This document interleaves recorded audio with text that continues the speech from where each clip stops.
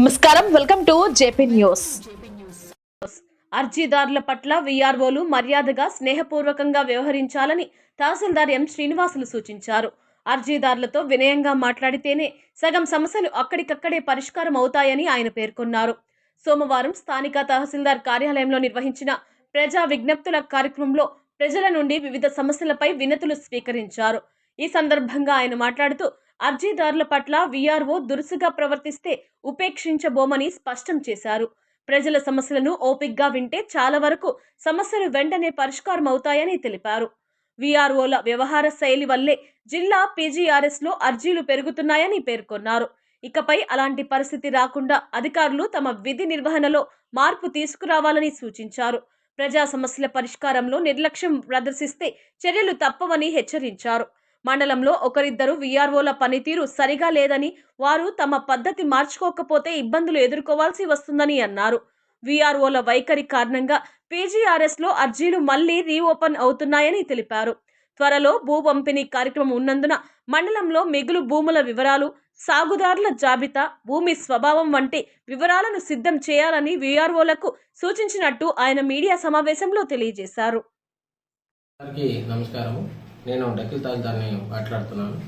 ఈరోజు పీజీఆర్ఎస్ మన ఆంధ్రప్రదేశ్ మన గౌరవనీయులైన ముఖ్యమంత్రి వర్యులు అర్జీదారులని స్నేహపూర్వకంగా మాట్లాడి వాళ్ళ సమస్యని పరిష్కరించమని జిల్లా కలెక్టర్ గారు కూడా ఆదేశించున్నారు.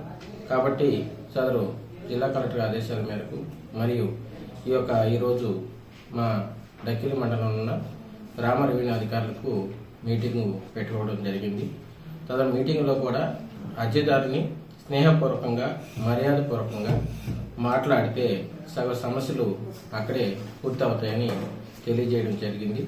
అంతేకాకుండా అర్జీదారులు ప్రతి ఒక్కరూ మన వచ్చిన గ్రామ సచివాలయం కానీ లేకపోతే మన ఆఫీస్కి వచ్చినప్పుడు మన కార్యాలయ సిబ్బంది కానీ ప్రతి ఒక్కరూ వాళ్ళ అర్జీదారులతో వాళ్ళ సమస్యని ఓపికగా వింటే అసలు అదొక సమస్యని పూర్తిగా అర్థం చేసుకొని మనం వాళ్ళకి 100% ఏదైతే మనం వచ్చిన సమస్యని సాటిస్ఫై చేయాలి.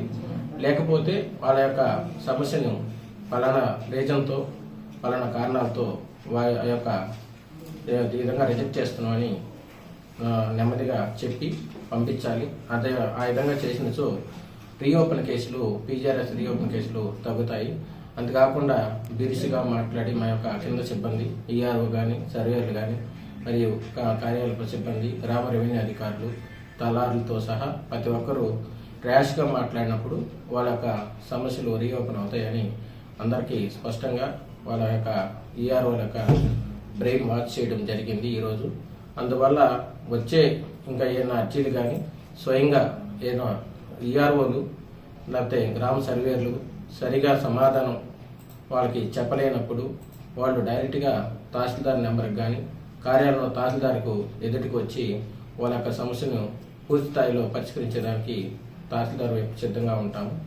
వాళ్ళ యొక్క సమస్యని గ్రామంలో అర్థం కానప్పుడు ప్రతి ఒక్కరూ ఈఆర్ఓ చుట్టూ తిరగకుండా తహసీల్దారు కార్యాలయంలోకి వాళ్ళ యొక్క సోమవారమే కాకుండా మిగిలిన రోజులు కూడా వాళ్ళ యొక్క అర్జీలు కార్యాలయం ఇవ్వాల్సిందిగా కోరుతున్నాను. కాబట్టి ప్రతి ఒక్కరూ ఈ పీజీఆర్ఎస్ను ప్రతి సోమవారం సచివాలయంలో కానీ మా మండల రెవెన్యూ కార్యాలయంలో అర్జీలు పెట్టుకోవచ్చు. దీన్ని కొన్ని వివాదాలు ఉన్నటివి కూడా ఇటీవల ఒక 8 రెవెన్యూ కోర్టులు కూడా కండక్ట్ చేయడం జరిగింది.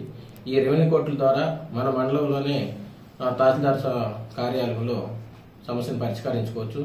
హైకోర్టులు, జూనియర్ సివిల్ జడ్జి కోర్టులు లేకపోతే మిగిలిన ఏదైనా కోర్టులకి పోకుండా ఇక్కడే రెవెన్యూ కోర్టు ద్వారా వివాద భాగ పంపకాలుగా వివాదం కానీ లేకపోతే ఇంకేమైనా కుటుంబ వివాదాలు సమస్యలు కూడా రెవెన్యూ కోర్టు ద్వారా పరిష్కరించుకోవచ్చు.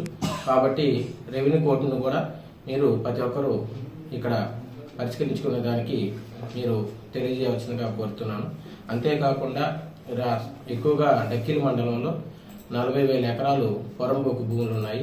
ఈ 40,000 ఎకరాల్లో ఇప్పుడు గత 2018లో కొన్ని రెవెన్యూ ఫారెస్టు గ్రేజింగ్ పొరంబోకు ల్యాండ్స్ 792 మందికి 1100 ఎకరాలు స్టాప్ చేయడం జరిగింది రెవెన్యూ ఫారెస్ట్ ఉన్నందువల్ల.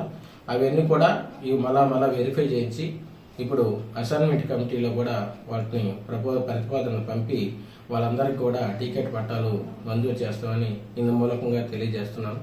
ఈ సమస్యను మనం పరిష్కరించుకుంటే ఈ టికెట్ పట్టాలు మంజూరైన తర్వాత మన డక్కిల మండలంలో 80% సమస్యలు పూర్తవుతాయని ఇందు మూలకం కూడా తెలియజేస్తున్నాను. కాబట్టి ప్రతి ఒక్కరూ సోమవారము తహసీల్దార్ కార్యాలయంలోనే అర్జీలు ఇచ్చుకోవాల్సిందిగా ఇందు మూలంగా తెలియజేస్తున్నాను. Thank you.